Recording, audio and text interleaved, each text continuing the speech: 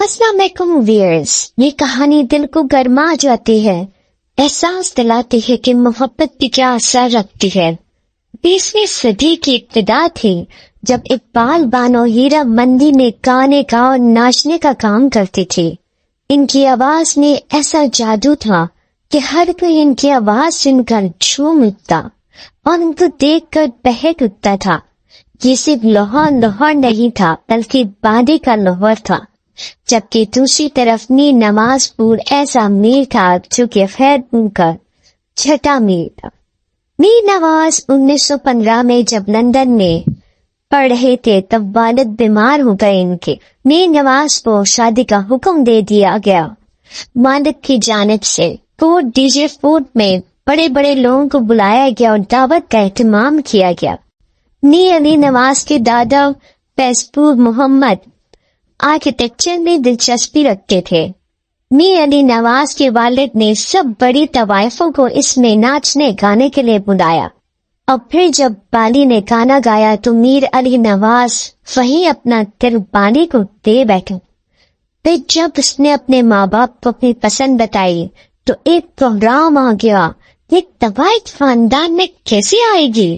اور پھر میر علی بھی بالی کے کوٹھے پر جا کر بیٹھنا شروع ہو گیا۔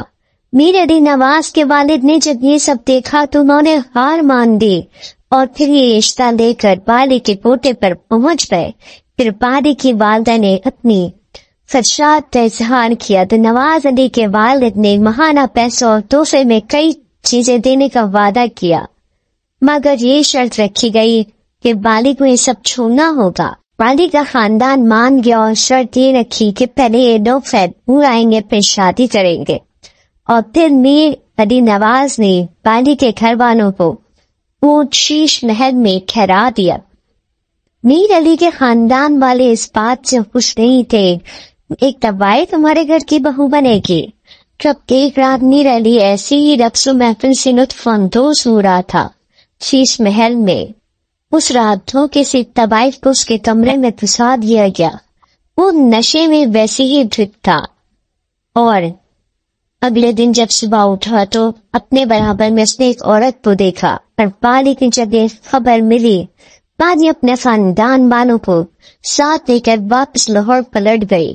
میر علی نواز لاہور گیا، خوب معافی مانگی، رویا، مگر بالی نہ مانی اور میر علی محبت کے صدمے میں دوچار ہو کر درویش بن گیا۔ شاعری کہا کرتا، گانے گایا کرتا۔ ایک دن بالی کسی محفل میں گانا گا رہی تھی، میر علی بھی وہاں پہنچ گیا اور شعر پڑھنے لگ گیا۔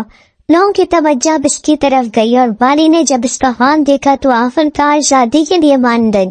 اور پھر بالی کی ماں نے میر علی کو بولا کہ تم پوری بارات ہیرا منڈی لے کر کے آؤ گے۔ پھر اس کے بعد میر علی نواز پوری بارات لے کر خوب مال و دولت کے ساتھ پوری ٹرین بگیوں میں بڑی دھوم دھام سے بارات لے کر پہنچ گیا ہیرا منڈی، اور یوں بالی اور میر علی کا نکاح ہو گیا۔ پھر میر نے بالی یعنی اقبال بانو کے لیے ایک دلشاہ منزل کے نام سے محل تعمیر کروایا۔ یہ محل آج بھی خیرپور ریلوے اسٹیشن کے قریب موجود ہے۔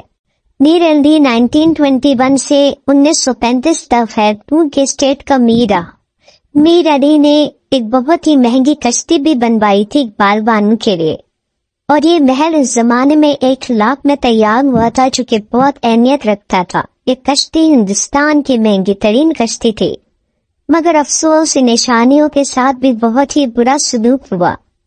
بالی اور میر علی کی اس دنیا کے جانے کے بعد، بالی کی موت کے بعد میر علی پھر سے درویش ہو گیا۔ وہ دیوانہ وار بالی کو چمتا تھا، اور بالی یعنی اقبال بانو ہیرا منڈی کی عورتوں کے لیے ایک بہت بڑی مثال تھی۔ اس کو ایک ٹوٹ کے چاہنے والا شہزادہ مل گیا تھا۔ اگر میری محبت کی داستان میں ویڈیو پسند آئی ہو تو میری ویڈیو کو لائک کر دیجیے۔